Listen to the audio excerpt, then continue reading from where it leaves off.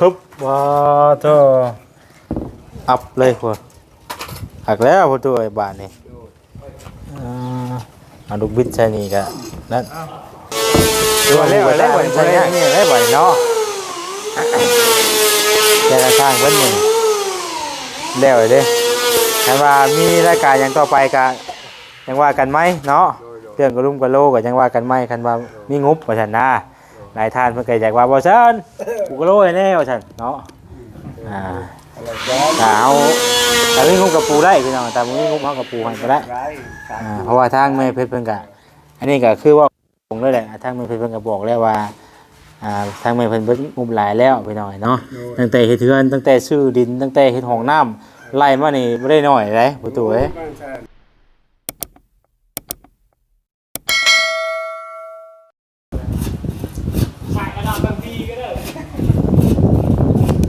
คนกะ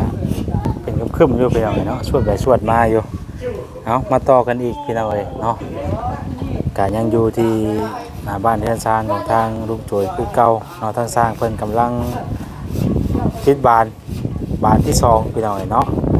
บานที่2กำลังเริ่มแล้วพี่น้องเอ้ยบานตัวแรกมันติดแล้วเรียบร้อยแล้วเนาะกะบ่มีหยังแล้วบานนี้พี่น้องเอ้ยเนาะเรื่องเรื่องซานของทางน้องใส่ฝนกะมีแต่หามือขึ้นเนาะ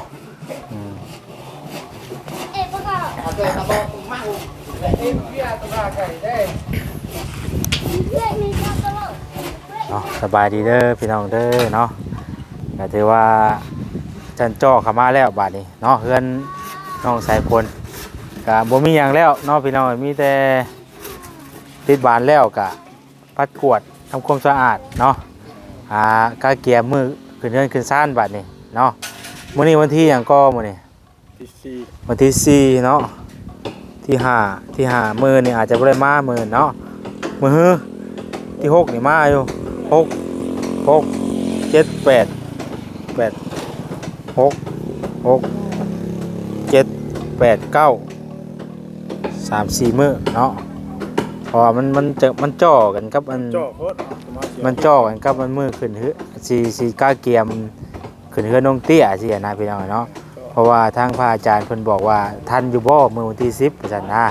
แล้วท่านอยู่บ่ว่าซั่นนะพี่น้องเนาะก็เฮาไปเบิ่งเมื่อวานนี้ก็คือสิน่าจะแล้วมื้ออื่นก็บ่แน่คือกันได้มื้ออื่นนี่มื้ออื่นมื้อนี่นะน่าจะวันที่8เนาะที่8หรือว่าวันที่8น่าจะแล้วอยู่แล้วเนาะมื้อนี้เพิ่นก็สิเทเด้เพิ่นแน่มื้อนี้เทพื้นนี่แล้วมื้อนี่โบมื้อติดบาทแล้ววันที่7เนาะวันที่7ที่7น่าจะแล้ววันที่9ก็มื้อเฮากะเกียมบัดนี้เป็นมื้ออันว่าบัดเชิญน้องละตีซำเนาะพี่น้องงานอยู่เนาะโอ้ยเพราะว่ามื้อบัดเชิญน้องละตีแม่นมื้อวันที่9เนาะเอาเห็นเพิ่นนั้นแจ้งนะขาพังเมืองก่อนเนาะพังเมืองหน้าเวทหน้างานนี่นะคือมันคุ้มค่าเดี๋ยวว่ามันจุกันดีๆกะเฮาก็น่าจะไปส่งวัดเสื้อน้ำด่างกันแล้วเนาะบ่ยากหรอกไปทางไหนเพราะว่ามันจ่อมือที่ว่าเฮาก็เก็บงานนั่นนะคือลุงเจอนี่ก็ฉันก็เอาเป็นมือนั่นซะเนาะกลายวันที่10ขึ้นไปกลายวันที่10ขึ้นไปแล้วก็จังเริ่มหามื้อก่อนนี่คือว่าให้ลูกมาคุยกันคือว่าบื้นว่าคือแล้วก็โทรหาบอกไปหาบอกคนเลยนะเพิ่นให้ประตูได้หามื้อน่ะนี่อย่างนี้ทางนี้เบิ่งเด้อลองเบิ่งปฏิทินเบิ่งเลยวันที่10ขึ้นไปมันถึงมันจะค่ำเลยมันถึงวันยังตามที่ว่าในปฏิทินนี่เนาะเลยวันที่10ขึ้นไปมื้อวันที่10นี่ถึงมื้อวันเสาร์นี่วันที่9คือวันศุกร์วันนี้วันที่11เนี่ยถึงมื้อวันอาทิตย์วันนี้วันจันทร์12 13 14 15นี่ก็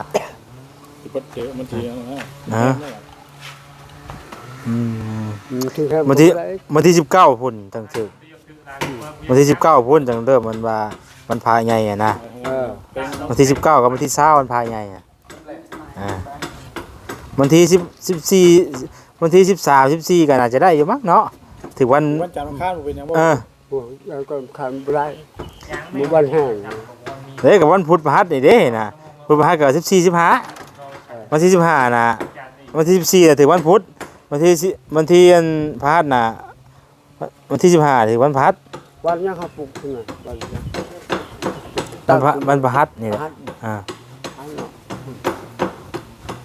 ขึ้นมือวันเสาร์ว่าเดือนนี้ให้ขึ้นวันเสาร์เขาว่า วันเสาร์ วันเสาร์ก็วันที่17 เจ็ด อ่า เอาวันที่เจ็ดบ่ แล้วแต่ให้พวกเจ้าเบิ่งกูนั่นลูกว่า น่ะยังให้ เพิ่นก็ถามบ่แซนให้ประตูหาเพิ่นก็บอกว่าให้บ่แซนให้ถามประตูเด้อว่าซั่นยังสิให้บ่แซนย้อนมาหาบ่แซนคือเก่าอยู่ ไอ้บ่ใช่แล้ว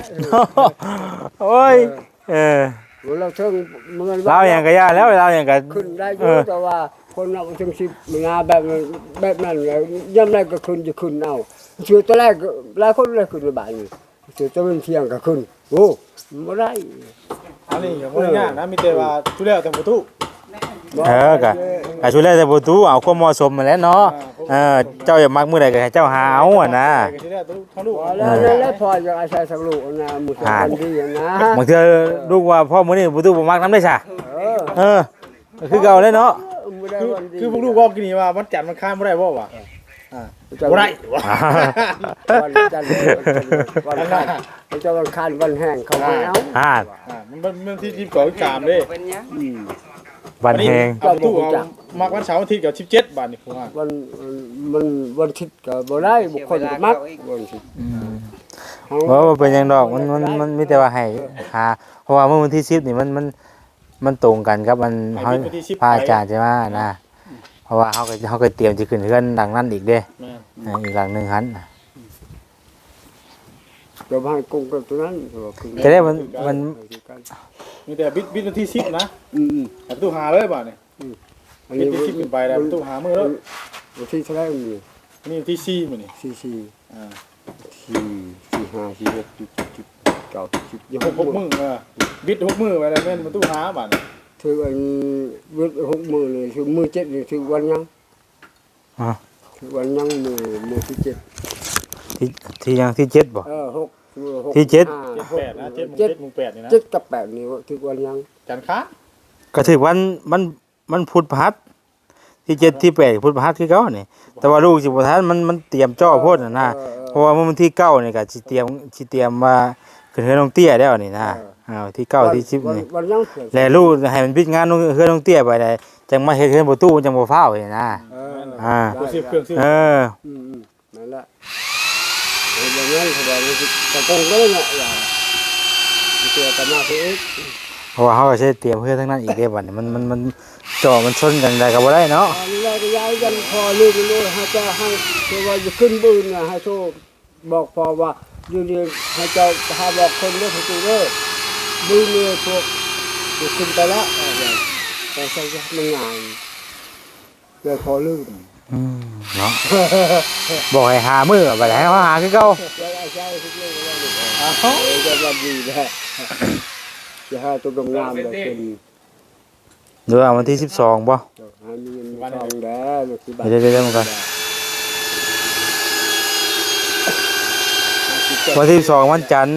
วันที่13วันอังคารซึ่งกับวันที่14แล้วเนาะวันพุธเนาะพุธพฤหัสนี่แล้ว2วันนี้แล้วที่45นี่แล้วประมาณ45ป่ะเนาะประมาณนี้แหละเนาะมา14 15นี่แหละเฮาก็เบิ่งวันเอานั่นแหละถ้าผมฮู้ว่าแฮมจะค่ำไปหน่อยเนาะวันที่14วันที่14นี่แม่นแฮม3ค่ำแฮม3ค่ำเดือน6เนาะแฮม3ค่ำเดือน6วันที่14น่ะเนาะ ตัวนั้นแล้ว มันเท่าเนาะ บัตรสมมุติว่าวันที่15นี่แฮม4ค่ำ แล้วแต่ที่นี่ก็เอา แต่ทางกะที่นะอะไรนี่แหละบ่ถามคำ บ่14กับ15 2วันนี้2วันนี้แล้วแต่เฮาสิเลือกประมาณนี้คืออะไรเนาะ ว่าเราเคยว่าไม่ได้เลยก็ ว่าดูได้ก็โอเคนะเห็นดีงาม เพราะว่าวันที่10มันก็จ่อเพิ่นนะเพราะว่ามื้อที่5เฮาก็ยังบ่ได้ขึ้นมานี่คือว่าเฮาเตรียมมื้อวันที่ที่6เนาะถือว่าที่6ที่7นี่มันก็วิทย์อยู่แต่ว่ามันก็เฮ็ดปุ๊บแล้วปุ๊บเท่านี้ก็ทางนั้นต่ออีกบัดนี่ทางนั้นเฮ็ดต้องเกี่ยต่อเลยอีกบัดนี่ให้จ่อกันโพดแล้วเฮ็ดตัวนั้นก่อนเฮ็ดขึ้นเฮ็ดต้องเกี่ยได้จะขึ้นเฮ็ดประตูโต้ยซ่าๆเนาะมันก็บ่ให้เฮาก็บ่ บริภาพมัน เจ้าพ่อก็ไม่พาไปแล้วมาถึงจะมีก้อนจะพูดจะพูด เรื่องนั้นแล้วถ่าว่า เลยให้มีก้อน บ่ได้แล้วเฮากับปั้นเมียนขวดน้ำมันน่า บ่ได้มันต้องปั๊บ แป้งมดสวยมุด เมียนเฮือนถ้าซ้ำมันฮ้อนมือขึ้นเด้ กาเกียมไว้มีหยังกะหาไว้ หลายบาทนี่ก็สิแล้วก็สินอนขึ้นใหม่หลายบาทนี่ เชื่อพวกแต่ละสายผลมาผูกแขนกับนี้ลายคนยุ่งคนมาพวกเรา ไทย ต้องพูดละต้อง ผมอยู่ในกินนี่ได้จ้ะ โดย กะว่าประมาณจะคนเอาจังสิได้เตรียมได้กินถึก บอกเอาอะไรแล้วประบ้าน บ่ลายแล้วบ่มาลายแล้วหัวเตรียมได้ แล้วจบแล้ว พอแล้ว มึง10 คนอยู่แล้ว 10 คน โอ้แต่ยืนอยู่นี่ก็ยังฮอดเลย10 คนเนาะ ขอชิปก็ คนในบ้านเนี่ย มันก็กลัวแหละ10เนาะ เอาเท่าแก่2 คน มู จะได้ กูให้ไปเช่าตู้มาเปิดนี่ พอจอยแห่งกระเต้งเงินบอกหมดเลยบาทนี่ขึ้นหันน้อยๆมันนะบอ ท่าก น หมด ว่า บาท ท่านให้เอาหมดบ้าน โอ้บ่ว่าก็ได้อยู่เฮาอ่ะ ชอบ เรื่อง กินให้ ในอยู่ในกินนั่นแหละ เรื่องมันง่ายเขาว่าเห็นบุญเพื่อนแม่นอันเขาขึ้นเพื่อนซื่อๆพวกเราทอกแล้ว บ่ขึ้นเฮือขึ้นกะมันก็บ่เกี่ยวกันมันขึ้นอยู่กับแบบว่า งบประมาณของเฮาประตูเอาว่าซั่นซะเอาเรื่องงบประมาณเนาะเดี๋ยวว่า นี่อยู่ใน มัน กลุ่มหมู่บ่ เฮาเพราะว่าเฮาเป็นผู้ดูแลเรื่องงานน่ะคันเฮาต้องสมมุติว่ามันเดี๋ยวคุมอยู่คุมกินมามันบ่พอแหละมันบ่ทั่วบ่ถึงเฮาก็มันก็บ่คักปานใดเนาะเฮาต้องแบบว่าสมมุติเฮาฮู้ว่าคนประมาณตัวนี้เฮาก็สิได้กล้าถือกันนะ พอมว่าสิ่งนั้นเพื่อนที่นั่นประมาณ9 คนเอาพาเขารู้มาโยก กลัวก็คนบัดนี้ คนเจ้า อันนี้นั่นแล้ว เขาช่วยเลยเวลาก็ยังช่วยนี่ก็ยังช่วย หมู10โลนี่บ่พอ โดยอันนี้เต้แล้วหลายคนอยู่ว่าแล้วเฮ้ย ชิ้นหมู มูผูกแขนเลยมาบอกได้ไผกันบอกได้เอาตู้มาได้ว่า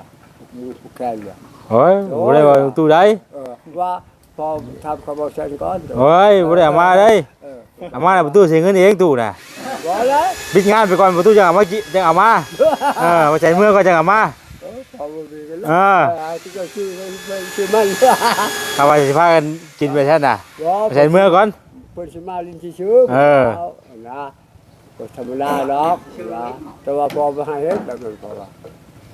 เอาตู้มาเราเรียนคิดเอง ว่าเฮาบ่แม่นหยังได้พี่น้องเนาะแบบว่าเฮาก็ เพื่อนเป็นนั่นซื่อเนาะ มันหลายแล้วอะนะ พอมาเฮ็ดแล้วแบบจังเป็นเชื่อนโพดมาอย่างให้เฮ็ดคันพิจารณาแหละคันหมู่ครูมีเงินมีค่ำหมู่สิมาลินอยู่นี่กัน เพราะว่าคือว่าได้คือว่าแชร์กันเฮาก็บ่แม่นนั่นเนาะเฮาก็อิงตามงบเพิ่นให้งบมาเท่าไหร่เฮาก็เฮ็ดไปตามนั้นแม่นบ่แหละตามงบประมาณได้พี่น้องเนาะแม้ว่าแชร์บ่ได้เป็นเจ้าภาพเลยเฮาก็เข้าใจเพิ่นอยู่เพิ่นก็เฮ็ดเทื่อในชาติก็เบิดหลายเรียบร้อยเฮ็ดหลายเบิดหลายได้บัดนี้เขามาพอได้หรือบ่มีเขาพิจารณา ออกเบิดบาดนี่ เอาเบิดบาทนี่มันค่าเครื่องก็สิขึ้นบาทนี่ เงินบ่มีเขากินข้าว ว้าย ออกเบิดเฮ็ดก็ขึ้น โดย ให้ค่าบาทนี่ติ เข้าก็หมด เที่ยวไปอยู่ไหนอยู่ไปจะว่าเยอะเลยจะตีกัน ข้าวกับบ่มีบาทนี่เฮ็ดจังได๋บาทนี่เพื่อนกันสิขึ้นข้าวกับบ่มีบาทนี่ เอาเดี๋ยวจังว่าการฮ้อนมือก่อนเนาะว่าหยอกว่าหัวกันไปอะไรพี่น้องเอ้ยเนาะมาเบิ่งทางนี้บาทนี่สร้างเฮาเพิ่นสิกำลังอันนี้ประตูได้ปัดเลยบ่ได้เด้อห้องนี่ให้เพิ่นให้แล้วก่อนพี่น้องเอ้ยให้สร้างเพิ่นให้แล้วนะให้เพิ่นมาปัดที่เป็นว่าห้องเอาแสคือเอาสีเดียวกันทางในกะคือเอาสีขาวพี่น้องเนาะหลายอย่างหลายแนวบางคอมเมนต์มากันแห้งก็มีพี่น้องเนาะบางท่านก็คอมเมนต์มาแห้งว่าโอ้ยมันมืดมันทึบแพ้สายตาว่าซั่นนะคือเฮาก็อยากผู้ใหญ่เพิ่นว่าเอาแบบนั้นแบบนี้เฮาก็เฮ็ดตามที่ประสงค์ทางผู้ใหญ่เพิ่นนะพี่น้องเฮาก็บ่ได้ว่าสมมุติว่าเฮาซื้อแยกแม่นบ่ล่ะเนาะเฮาซื้อสีต่างหากแล้วมันก็ได้ซื้อหลายสีไปอีกสินะหรือว่าสีขาวแล้วก็ข้างในสีเขียวสีฟ้าสินะมันก็ได้ซื้อแยกกันแต่มันก็เบิดงบหลายแล้วนะนี่เฮาซื้อทางนึงแต่มันพอบ่เลยสินะมันก็ประหยัดงบเฮาลงมาอีกพี่น้องเอ้ยเนาะก็ประมาณนั้นแหละพี่น้องเอ้ยเนาะก็เข้าใจนำกันถือว่าเฮามีหม่องอยู่หม่องเช่าที่ดีกว่าเก่าก็ถือว่าโอเคแล้วเนาะต่างจากกันเมื่อก่อนอยู่เนาะมันมืดกะไฟเอาไฟก็มีแหละพี่น้องเอ้ยพุ่งมาบ้าเลยนะไฟกะ ดอกใส่อีกเนาะใส่2ดอก3ดอกเนาะ ปึ๊บว้าโธ่อัพเลยพุ่นหักแล้วพุ่นตัวไอ้บ้านนี่เอาลูกบิดใส่นี่ก็นั่นตัวหูกระต่ายมันใส่ยากไอ้หูกระต่ายเห็นบ่ก็สิซื้อลูกบิดมาน่ะมันสิมีอยู่กับง่ายบ่ครับเป็นตัวคักเอ้ยตัวเป็นอันอยู่อันเฮาหน้าพอเอากระแจใช้บ่หรอกไม่ได้บ่หรอก มูลใช่ล่ะ มันนั้นมันก็เราคือเก่าแหละ ก็อยู่อันเฮาหน้าตัวใช้ แต่ข้างล่างมาอยู่อ่ะ กำลังติดตั้งตัวนี้อีบานี่ถือว่าแล้วเนาะช่าง แซงเว้ยเนาะ ถือว่าสิจบงานได้ช่างนี่กันเนาะสิจบงานได้พี่น้องเอ้ย สิสรุปงานได้บัดนี้ได้เนาะ สิเห็นหน้าเบาไกลได้บัด โอ้ยคือเก่าแล้วจะไปใช่ เนาะแล้วก็ไกลไปไกลมาอยู่บ่เราไกลปีหน้าจะให้ โอ้แล้วก็ไปอันสมกสมันนะพุ่นแล้วบาดนี่เดี๋ยวเวียกประตูเลย ตู้กินข้าวแล้วกับตู้ไปนอนกูแล้วส่วนมากเชื่อ เอาไปอยู่กันแล้วม่วนหยอกกันนอกก็สิไปแต่แล้วคนใดเดียวพวกยังก็ ถ้าเฮาก็ถ้าเฮือนสั้นๆแล้วก็มาอยู่พี่น้องเนาะก็โดนก็มาเยี่ยมมายามเทื่อนึงก็สิบ่ได้ที่เราลองบ่สิรอกว่านี่โดนมาเทื่อนึงว่าดิเอ้ยโอ้ยโทรหาเรื่องอะไรว่าจะก็สิหายแล้วบาดนี่ ชิมือเพิ่นมาอยู่ โทรไปดินะบ่เป็นหยังก็โทรว่าซื้อข้าวไว้แน่นี่ป้าอย่ารถไปนั่นน่ะตัวอันนี้แล้วมาอยู่พอแล้ว เฮาก็หาน้ำแล้วเนาะเพราะว่าเฮือนชั้นแล้วแหละเฮาก็มีไปทางนั้นเฮาก็มีเวลาไปทางนั้นทางนี้บัดนี้เฮาก็ไปหาอยู่หากินไปบัดนี้คือว่าอะไรพี่น้องเอ้ยคือบ่ใช่คือบอกกันแล้วเพิ่นบ่ซอยเฮาตลอดชีวิตเด้เนาะผู้ใหญ่เพิ่นน่ะเพิ่นก็สิซอยเป็นบางครั้งบางคราวซอยให้เฮามีไม้มีมือมีหม่องอยู่หม่องเช้าพักที่ว่าที่ดีขึ้นน่ะก็เฮาก็อยู่กับเฮาเองบัดนี้เฮาอยากได้คักกว่านี้ดีกว่านี้ใหญ่กว่านี้ก็หาเอาเองได้บาดนี่ อ๋ออย่างเช่นไรประตูเอ้ย สการแล้วโอ้ยคนใจแล้วพอกันแต่บ่อยแต่แบกก็ยังบ่เคยได้สักมื้อกินบ้านเมืองเขากินบ่เบิ่งแซ่ๆอย่างนี้ทุกตัว โอ้คือว่าคักแล้วงามแล้วนี่ก็ชุดยอดเด้อแหละนี่ เพื่อนพลุกแล่นกับเวลาคือเก่า ใช่แล้ว โอ้ยไปได้วันนี้ค่าใจสิใจค่าสร้างก็ได้หมดนี่ถือว่าแล้วได้บ่นี่บ่ได้มีได้บ่เนาะใจค่าสร้างเพิ่นหมดแล้วเด้ถ้าว่ามีรายการอย่างต่อไปก็ยังว่ากันไหมเนาะเรื่องกระลุ่มกระโลก็ยังว่ากันไหมคันว่ามีงบว่าซั่นนะหลายท่านเพิ่นก็อยากว่าบ่ซั่นกูกระโลให้แน่ว่าซั่นเนาะแต่มีงบกับปูได้พี่น้องแต่มีงบเฮากับปูให้ก็ได้เพราะว่าทางแม่เพชรเพิ่นก็อันนี้ก็คือว่าคงเลยแหละทางแม่เพชรเพิ่นก็บอกแล้วว่าทางแม่เพิ่นเบิดงบหลายแล้วพี่น้องเนาะตั้งแต่เฮ็ดเทือนตั้งแต่ซื้อดินตั้งแต่เฮ็ดห้องน้ำไล่มานี่บ่ได้น้อยเด้ประตูเอ้ยบ่ได้เพราะว่าถ้าว่ามีบ่ได้มีแบบว่าส่วนมีอยู่แต่ว่าส่วนย่อยแต่ว่าก็บ่ได้หลายซ้ำทางแม่เพิ่นทั้งนักชุดก็คือทั้งแม่เพชรเพิ่นผู้เดียวสินะชุดยังนักอีกตั้งแต่เริ่มเสาเฮือนตั้งขึ้นมานี่เด้อ มูลค่าไปหาเงินเมืองไทยนี่ปีนึง2 ปี โอ้ยได้ว่า3เสาประมาณอยู่ฮะนี่นะเขาว่า ไวแล้วตัวเอ้ย อันนี้ถือว่าไว ไวอยู่ การ อันนี้เป็นลักษณะแบบนอนตื่นขึ้นมาแล้วโลดเชียนะ ได้ไป ว่าฟันแม่นี่ดีกว่านี่เนาะว่าฟันแม่นี่ดีกว่านี่เพราะ เรื่องช่องลังเลย คิดยอดหลังมึงอยู่ต้องคิดเบิ่งอ่ะคิดยอดหลังมึง โอ้ยถ้าเบิ่งคลิปลังมาหันจริงใจตกแล้วพอละคิดมาคือมือเลยวันแล้วว่าสิเป็นแบบนี้นะ มีว่าเพื่อนเก่าประตูนี่เนาะเมื่อก่อน ไปตัวนั้นป้าโททรมาน ว่าดินเฮ่ป่ะ ยังต่าง เนี่ยมันอยู่ในเครื่องตัวนึงอีกเครื่องนี้ผมมีเครื่องนี้อยู่ในเครื่องนึงอีกไปหน่อยเนาะ ตอนนั้นเขาตัวบริกินคันทุกทับนี่แหละต่อเขาเลยขอเวลาบอก แต่ในห้องน้ำกับเบิด10 กว่าล้านบ่ได้ห้องน้ำนั่นกัน10 ปลายล้านบ่ ร้อยหนึ่งกับมึงเดือดมึงยังแพงแล้ว โอ้แบบนี้แต่ละ เครื่องมันแพงนะบางหม่องก็บ่แพงบางหม่องก็มันอิงตามบางหม่องแต่ว่ามันตามเขตเนาะมันอิงตามบางเขตบางเขตก็แพงบางเขตก็บ่แพง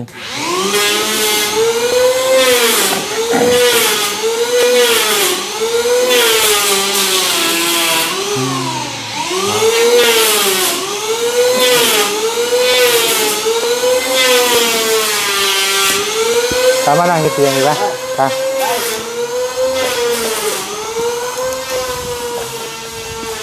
เนี่ยนั่งที่เตียงไหมนี่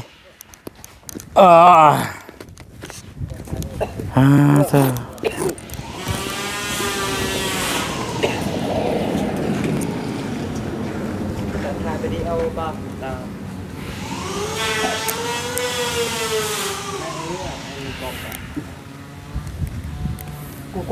กูง่วงนะ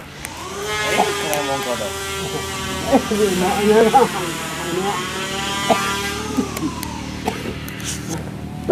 ยเนี่ยเฮ้ยง่ายหรอกไอ้โอ้แล้วก็ทำบทสบายดี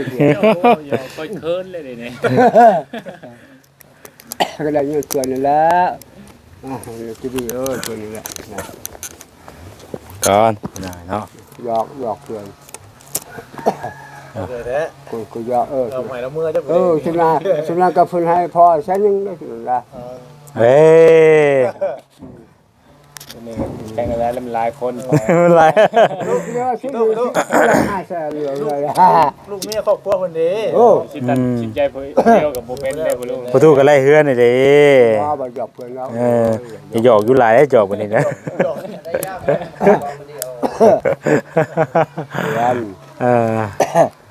เอาพี่น้องเนาะเดี๋ยวสิจ่ายเงินให้ทางสร้างเพิ่นก่อนเนาะส่วนที่ยังค้างไว้อยู่นั่นแหละพี่น้องเอ้ยพอดีค้างไว้10 ล้านเนาะ10 ล้านพี่น้องเอ้ยนี่แหละนับเพิ่มเติมอีกก็ได้เนาะอย่าว่ามันเหี่ยไปบ่แห้งได้บ่อยู่ถงว่าแสนหล่นจำเนาะใช่ชมประตูก่อน เอาพี่น้องเอ้ยเนาะเดี๋ยวสิจ่ายเงินในส่วนที่ว่าค้างไว้อยู่นี่แหละเนาะยังค้างไว้อยู่10ล้านพี่น้องเอ้ยถือว่าสำเร็จเสร็จสิ้นทั้งหมดบัดนี้เนาะติดบงติดบานถ้าชมทาสีเสกันปกกันเปื้อนสมว่าล่างตีนกันอยู่ดีเนาะบ่ขออนุญาตนำพี่น้องเอ้ยแม่เสร็จดีเนาะอ๋อพักแน่พี่น้องถือว่าสำเร็จเรียบร้อยเบิดทุกอย่างขอมุกขอบใจทั้งสร้างเพิ่นหลายๆเนาะที่สละเวลามาเฮ็ดเฮือนให้ชานให้เด้อช่างเด้อโดยพ่อตู้มาพี่ก่อนสิจ่ายฮู้ก่อนจ่ายก่อนเขาจ่ายฮู้ก่อนอันน้องสิคนมึงง่ายเว้ย นั่งอยู่หั่นนั่งอยู่ก็ได้ให้น้องสิคนเป็นคนม่วงให้ก็ได้ฉันก็ได้ถ่ายรูปเด้อ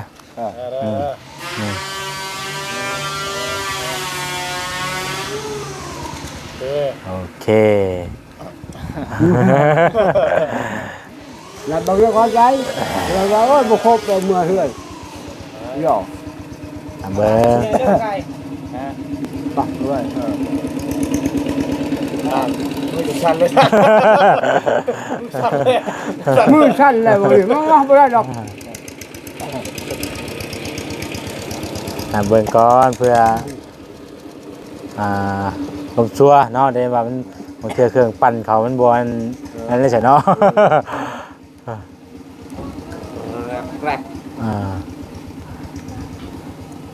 10 ล้านพี่น้องเอ้ยเนาะ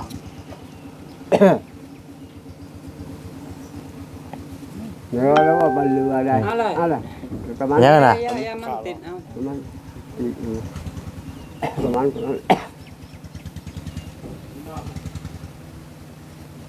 cảm ơn người lại hả เปลี่ยนใหม่บ่จ้ะเปลี่ยนใหม่บ่ มันคือขายครับแท้ nó mà lại thì họ khăn họ vào đấy là khăn được cao khăn bay này họ bị không được เขาก็บ่ได้ฮู้ได้ฮะเพราะว่ามันส่วนหลายมันมาหลายใบมันเขาอยากให้เจ้าอยากซ่อนกันมา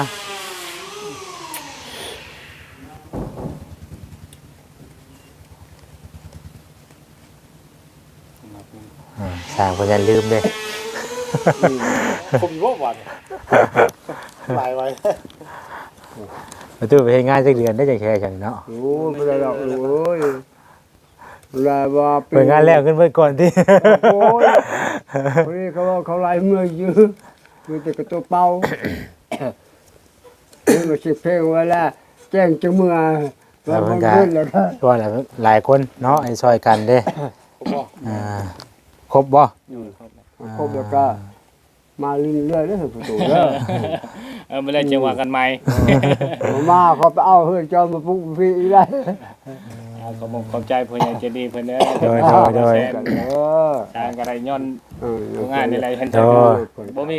เท่าวันนี้ดอกว่าเลยนะบ่มีได้ โดยขอบคุณขอบใจคือกันขอบใจทั้งสร้างเพิ่นหลายเนาะถือว่าห่วยเติมนึงเลยเนาะมาเฮ็ดเวียกอยู่นี่กะ ปลาเฮือนปลาสันปลาไหปลาหน้า โอ้ยบ่ได้ปลาแต่ว่านะปลาส่วนมันบ่เอาก็มุกขอบใจหลายๆเนาะกะเป็นเงินของทางแม่เพชรนั่นแหละพี่น้องเอ้ยเนาะ rồi ถือว่าครบแล้วบาดนี้เนาะ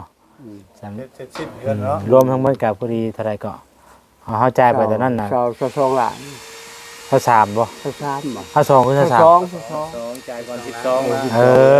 เล่นลืมไปนำลืมเนาะนี่ก็เนาะไปบ่มีเนาะจดไว้อยู่เอาขโมยกับใจละลายเด้อช่างเด้อขอให้มีการมีงานเนาะแล้วจากนี้ไปก็ให้มีเวียกเฮ็ดหลายๆเนาะ rồi khi bốพ่อกับให้ประตูแล้วลูกเอ้ยมันบ่เป็นอะไรยังพ่อบ่เคยเฮ็ด หลักๆก็คือประตูแล้ว rồi น้องสายฝนขอบคุณทางอันแม่เพชรคุณแล้วบัดนี้เด้อผู้ใหญ่ทุกท่านทุกผู้ทุกคนที่ว่าเข้ามาซอยเฮาแล้วตั้งแต่เริ่มต้นบ่ได้เนาะบ่ได้ธรรมดาได้พี่น้องเอ้ยตั้งแต่เกิดก่อนเพื่อสิได้สิมีค่ะนี่ก็ได้ ขอบใจ โดย เพื่อน จ่ายเพื่อน เอาแหละคือไอเด้อนี่ ขอโทษเนาะ เอาเลย เป็นกาเพื่อนแล้วนักจริงว่าอันนี้เพื่อนได้ใช้ก็ย้อนอันมาเสร็จอันส่วนไหนที่ดีที่แห้งใช้ก็ให้คนรับรู้คือกันหมดก็ยังเป็นว่าวเลยนี่ ว่าเอาข้างว่าอยากเป็นบ่ได้เนาะเอ้ย กับประกันแรกก็พอขวาโสดแล้ว แต่มีอย่างไรเราไม่แต่เพิ่นอยู่ดีมีแห้งกันแหละเนาะให้ครอบครัวเพิ่นอยู่ดีมีแห้งอยู่เย็นเป็นสุขกันแหละพี่น้องเอ้ยเนาะ ให้ได้ของใครจะให้มีคุณนำคุณรวยไปเนื้อจงใจให้ตลอดปลอดภัยเด้อต้องมาเกี่ยวทุกสิ่งทุกสายกับว่าไปยิงไม่ใช่อันทุกสิ่งทุกสายเนาะยิงใช่ก็ได้เอาไปเอาอะไรเป็นน้ำเขียววอก ยิ้วหมดเลยใจเด้อ เอาเรียบร้อยแล้วบัดนี้เนาะยังเหลือแต่ขึ้นเฮือนขึ้นศาลพี่น้องไอ้บัดนี้ก็ยังบ่ได้นั่นหรอกบัดนี้เพิ่นติดบ้านแล้วก็แล้วแหละบัดนี้เนาะพี่น้องเอ้ยสำเร็จเรียบร้อยเนาะ ขึ้นเรือนไม้ในปลุง คือมาก็ปลาพอได้ลูกเอ้ยเขามาชอบแล้วพอว่าแล้วว่าให้ปลาผมจอก็พอใจแล้วพอกับกินหอม แม่ว่าแล้วตัวเอ้ย ก็พออยู่ลงไปฝึกไปบ่มีเงินจังรถไปก็บ่จังหาทางชีวิตอีก มากะ กับพังเบิ่งแล้วลูกเด็กก็ยากลำให้ลำหน้า นั่นแหละอยู่ว่า โดนพุ่นแล้วลำให้ลำหน้า เดินก็มาทีนึง ยำมีถนกถนาบอ่ะจะฝนภาษาให้ก็ได้แล้วสำเนาถนาบได้ จังหน่อยเมื่อไถนาโอ้ยบ่แซ่นสร้างบุกนักพุ่นมาโตนมาเฮ้ยเนาะนำหาเฮ้ยเด้ ได้แล้วมีแล้วคนละบ้านมันมีแต่ว่าใส่เลยนายกแต่ว่ามันว่าบุญคุณบ้านเมืองกันกินน้ำเพื่อนเอาแล้วเงินแล้วคนไหนก็ยำได้ชนะก็กินน้ำลายแล้วถึงไปตัวนั้นแหละบ้านไปแล้วมันจะพอไปหาคอตะวันไปหาคอไปกินบ้านนี่ โดย แล้วคนหนึ่งนอนเนาะบอกกล้าครับ ไปสบัดนี้แล้วเนาะประตูเนาะผู้ใดฮอดมื้อขึ้นเฮือนขึ้นศาลจังว่ากันใหม่เดี๋ยวบ่แซ่นสิแจ้งเด้อพี่น้องเด้อเนาะว่ามื้อใดกันแท้นะตอนนี้เฮาก็ยังบอกบ่ได้เพราะว่าเฮาอยากวิทย์งานตัวนี้ก่อนนะวิทย์งานขึ้นเฮือนน้องเตี้ยนี่ก่อนน่ะจังบ่แซ่นจังสิแจ้งใหม่เนาะเดี๋ยวใส่พวกอัน โดย พวกลูกทั้งสองอยู่แล้วลูกพอ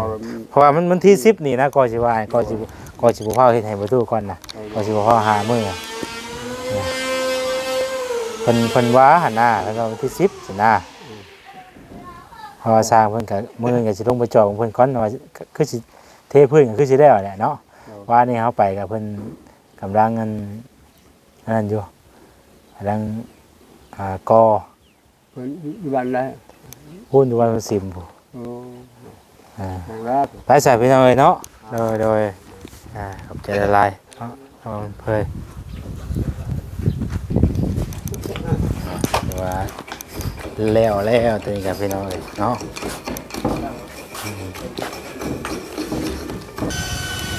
เอาโอเคพี่น้องเลยเนาะสำหรับคลิปนี้ก็สิได้จบไว้สำนี้ก่อนเนาะแต่ว่าจ่ายเงินค่าสร้างเป็นแล้วเป็นที่เรียบร้อยแล้วพี่น้องเลยเนาะสำเร็จเปิดทุกสิ่งทุกอย่างแล้วบาทเลยเนาะเอาก่อนอื่นก็ขอบคุณทางแม่เพชรตลาดเด้อแม่ได้ที่ว่ามอบหมายทางลูกเนาะเป็นสะพานบุญให้พี่น้องเอ้ย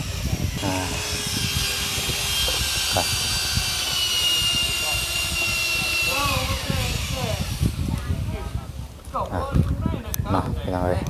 ก่อนอื่นก็ขอบคุณทางแม่เพชรหลายๆเด้อแม่เด้อเนาะที่มอบหมายทางลูกเป็นสะพานบุญให้เนาะที่ไว้ในเสื้อใจทางมาแสดงเป็นสะพานบุญให้ตั้งแต่ต้นจบพี่น้องเอ้ยเนาะสำเร็จเรียบร้อยขอบคุณทางแม่ลายทางลูกเองก็บ่มีหยังตอบบุญแทนคุณนอกจากคำอวยชัยพรทางครอบครัวแม่เนาะอยู่เย็นเป็นสุขกายสุขใจได้ไหมเด้อปรารถนาสิ่งใดก็ให้ได้สมหวังดังปรารถนาความมีแต่ความสุขความเจริญสุขกายสุขใจเนาะให้อายุมันขอเนินเด้อแม่เด้อเนาะขอให้มีสุขภาพร่างกายที่แข็งแรงบุญเทวทั้งแม่ได้ให้สร้างก็ขอให้ฮอดในเทิงเด้อแม่เด้อเนาะสาธุเนาะเอาสำหรับคลิปนี้ทางหมอแสนขอตัวลาไปก่อนแล้วพบกันใหม่ เนาะสำหรับวันนี้ลำลาไปก่อนแล้วสบายดีเด้อพี่น้องเด้อ